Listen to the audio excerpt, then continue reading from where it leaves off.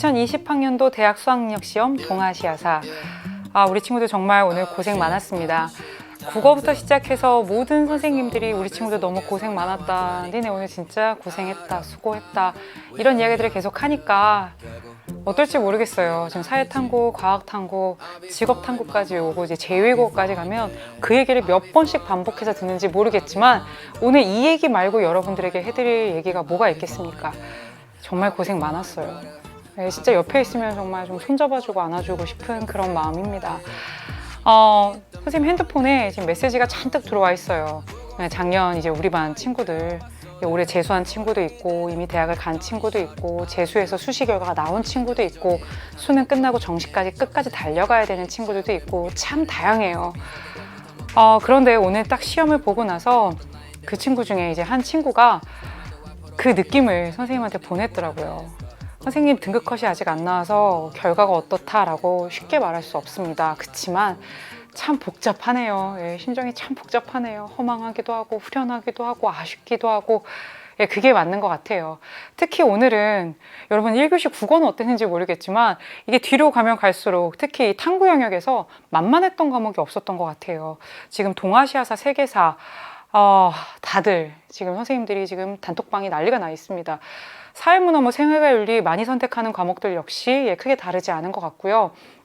등급 컷이 계속해서 나오고 바뀌고 조금씩 오차가 있긴 합니다만, 우리 친구들 동아시아사 난도 분명히 그렇게 느꼈을 겁니다. 작년 대수능처럼 수월하게 풀리지 않았다. 명확해요. 선생님이 오늘 똑같이 여러분들과 마찬가지로 지금 시간을 재면서 풀어봤는데 확실한 건 그거예요. 작년에 비해서는 문제 푸는 시간도 좀 오래 걸렸고요. 난도도 확실히 여러분들이 체감하기에 어려웠다라고 느꼈을 겁니다. 작년에 대수능 동아시아사가 50점 만점에 1등급이었습니다. 좀 수월했고요. 좀 쉬웠다라고 얘기했고요. 끝나고 친구들이 별로 몇 번 모였어? 이렇게 고민들 하지 않았어요. 출제진, 검토진들의 그런 부담감과 불편감들이 좀 있었던 것으로 분명히 판단이 됩니다. 그래서 2020학년도 대수능 1등급 컷은 50점이 아닐 것이다 라고 검토진들은 예상을 하고 있더라고요. 그 얘기는 뭐냐? 여러분들이 풀면서 어려웠던 그 느낌, 그리고 20분이 지나도록 지금 문제가 다 풀리지 않아서 느꼈던 그 불안감, 전국에 있는 동아시아사 우리 2만 명대의 그 선택자들 중에 여러분만 느낀 그 감정은 아닌 거다라는 거죠. 실제로 지금 EBSI에 올라오고 있는 그걸 쭉 보니까 여러분들이 고민하고 있는 그 문제 그대로고요. 그 문제가 지금 킬러 문제 맞고요. 그리고 오답률도 정말 그렇게 딱 나오고 있습니다. 뿐만 아니라 지금 한 48점 정도가 1등급 컷으로 나오고 있는데 정확하게 확정되는 거는 기다려 봐야 되겠지만 50점 1등급으로 지금 그렇게 느끼고 있는 교사나 학생들은 거의 없는 것 같아요. 몇 번이 좀 어려웠어요. 우리 친구들 오늘 참 쉽지 않았죠. 다만 2009 교육과정 마지막 해인데 이렇게까지 사실은 우리 친구들이 조금 촘촘하게 꼼꼼하게 한 25, 6분까지 이게 매달려서 해야 되는가 라고 느낄 정도로 사이시기와 관련돼서 좀 난도를 높인 문제들이 좀 있었고요. 그래서 작년 대수능보다는 꽤 어렵다라고 느꼈을 것이고 올해 구평이 조금 난도가 있는 문제가 있었습니다. 근데 이 9월 모평보다도 어렵다라고 느꼈을 겁니다. 그래서 시간도 좀 오래 걸렸을 텐데 다만 확실한 거 하나는 기출문제에 대해서 완벽하게 오답을 하고 그 문제에 대해서 적어도 올해 거 최근 3년치를 기출문제와 킬러 문제들을 제대로 보고 우리 수능 완성에서 계속 킬러 문제 다뤘어요. 그 다음에 모평 문제 확실하게 다뤄드렸습니다. 여기에 나온 것을 계속해서 활용한 부분들이 눈에 띕니다. 일소 공동선언의 내용이라던가 그 다음에 미일안전보장조약 개정 9월 모평 때 많은 친구들이 놀랬지만 이미 알고 준비했던 이런 부분들을 계속해서 반복 출제함으로써 또 류큐가 사스마번에 침공을 받은 1609년의 사건이나 이런 것들이 계속해서 반복해서 출제함으로써 너 지금까지 2009 교육과정에 있는 동아시아사 선지나 이런 것들을 완벽하게 좀 했니? 라고 하는 평가원 내에서의 지금 그 반복은 분명히 있었다라는 겁니다. 그래서 6월, 9월 작년 수능 그리고 2018학년도 수능 문제와 거의 동일하게 일본의 다이오 윤령 문제가 또 반복되는 부분, 이런 것들이 조금 눈에 띄는 게 올해 동아시아사였고요. 확실히 체감 난도는 어려웠어요. 다만 확실한 건 우리 동사 대군들 알잖아.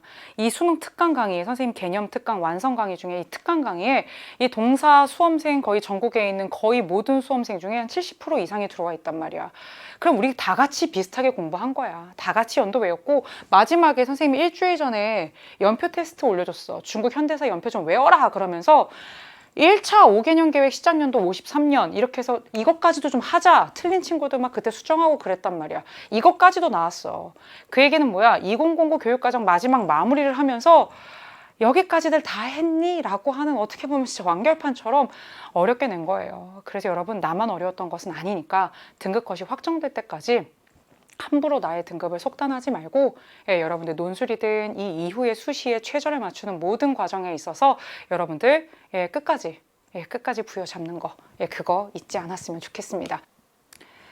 난도를 한번 보도록 하겠습니다. 우리 친구들과 지금 선생님들의 분석이 거의 일치하고 있는데요. 7번, 14번, 18번, 20번을 초고난도 문항으로 잡았고요. 20번과 7번이 아마 등급을 가르는 킬러 문항으로 작용할 것 같습니다.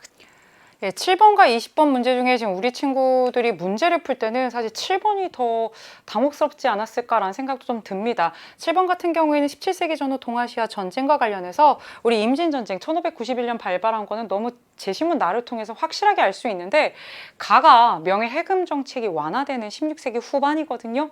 여기까지는 알아. 딱 거기까지 냈어요. 그리고 2018학년도 수능 7번에서 요걸 거의 비슷한 문제를 한번 활용한 적이 있습니다. 그래서 이거를 기출문제를 확실하게 푼 친구들은 좀 알 수 있지만 1500년대 선지가 여러 개가 출제가 되면서 굉장히 매력적인 오답들이 많이 나오는 그런 문항이 되면서 이게 초고난도 문제가 됐습니다. 14번 같은 경우에는 한국사에서도 다루고 동아시아사에서도 다루는 내용 중에서 특히 한중 연대와 관련된 내용을 다뤘으나 1930년대 초반과 1940년대 대한민국 임시정부의 한국광복군 내용을 좀 깊이 있게 선지를 가져갔어요. 군까지는 알겠어. 근데 이 조선혁명군이 영릉과 흥경성 전투에서 승리한 것까지 동아시아사 개념에 나오지만 거기까지 알아야 풀 수 있는 문제여서 조금 어렵게 느꼈을 겁니다. 지금 20번 문제 같은 경우가 사실은 우리 친구들이 굉장히 어려운데요. 제시문이 지금 2개가 나옵니다. 미일안전보장조약 개정 같은 경우에는 이미 9월 모평에 한번 나왔습니다. 그래서 기출문제들을 제대로 정리한 친구들은 이건 알아요. 그리고 나 같은 경우가 베트남 전쟁, 통킹만 사건 64년부터 얘기하면서 75년에 종전한 베트남 전쟁이고요. 한국군은 베트남 전쟁의 64년 비전투부대를 시작으로 해서 제시문에 나온 전투병을 65년에 파병합니다. 오케이. 그리고 이 전쟁은 75년에 끝이 나요. 그런데 나머지 선지들을 사실은 지워가야만 이 도쿄올림픽까지 가는 그 상황이 되면서 우리 친구들 역시 이건 교과서 뒤에 연표에나 있는 부분인데 이것까지요? 라고 하는 정말 최고난도의 문제가 되겠습니다. 아주 지엽적인 문제였지만 우리 친구들이 나머지를 지워가면서 풀어야 되는 그런 상황이 됐습니다.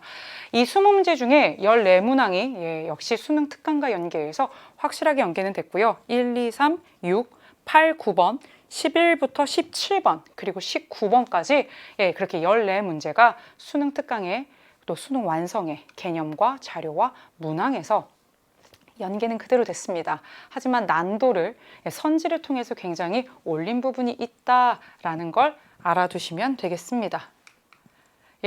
그래서 지금 2020학년도 수능의 동아시아사 우리 친구들 참 어려운 문제들 많았는데요. 이제부터 1번부터 차근차근 문제들을 통해서 여러분들과 함께 만나보도록 하겠습니다. 이어서 바로 문항 해설로 들어가겠습니다.